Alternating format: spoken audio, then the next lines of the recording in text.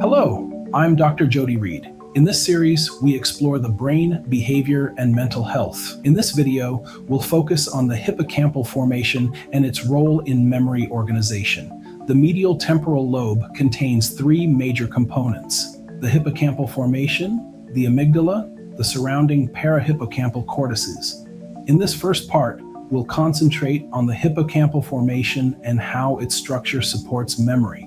As you can see in this diagram, the hippocampal formation consists of four closely related structures. First, the dentate gyrus, shown here in yellow, forms a distinctive curved structure. It serves as a major input gateway into the hippocampal circuit. Next, the hippocampus proper, also called cornu aminis, shown in orange, is divided into regions CA1 through CA3. These fields process and relay information through the system.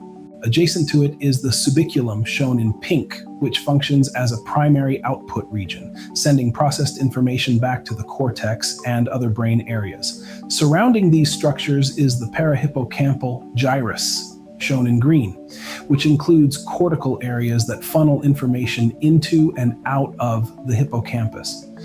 If you look across the successive sections in this figure, you can appreciate how the hippocampus folds inward during development, forming its characteristic curved architecture along the inferior horn of the lateral ventricle. On the surface of the medial temporal lobe, several sulci help define the boundaries between these regions. The rhinal sulcus, collateral sulcus, and hippocampal sulcus help separate the entorhinal cortex, parahippocampal gyrus, and hippocampal formation. You may notice the corrugated appearance of the entorhinal cortex.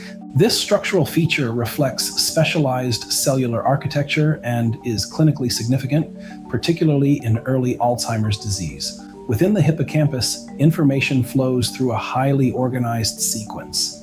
Input from the cortex arrives primarily through the entorhinal cortex.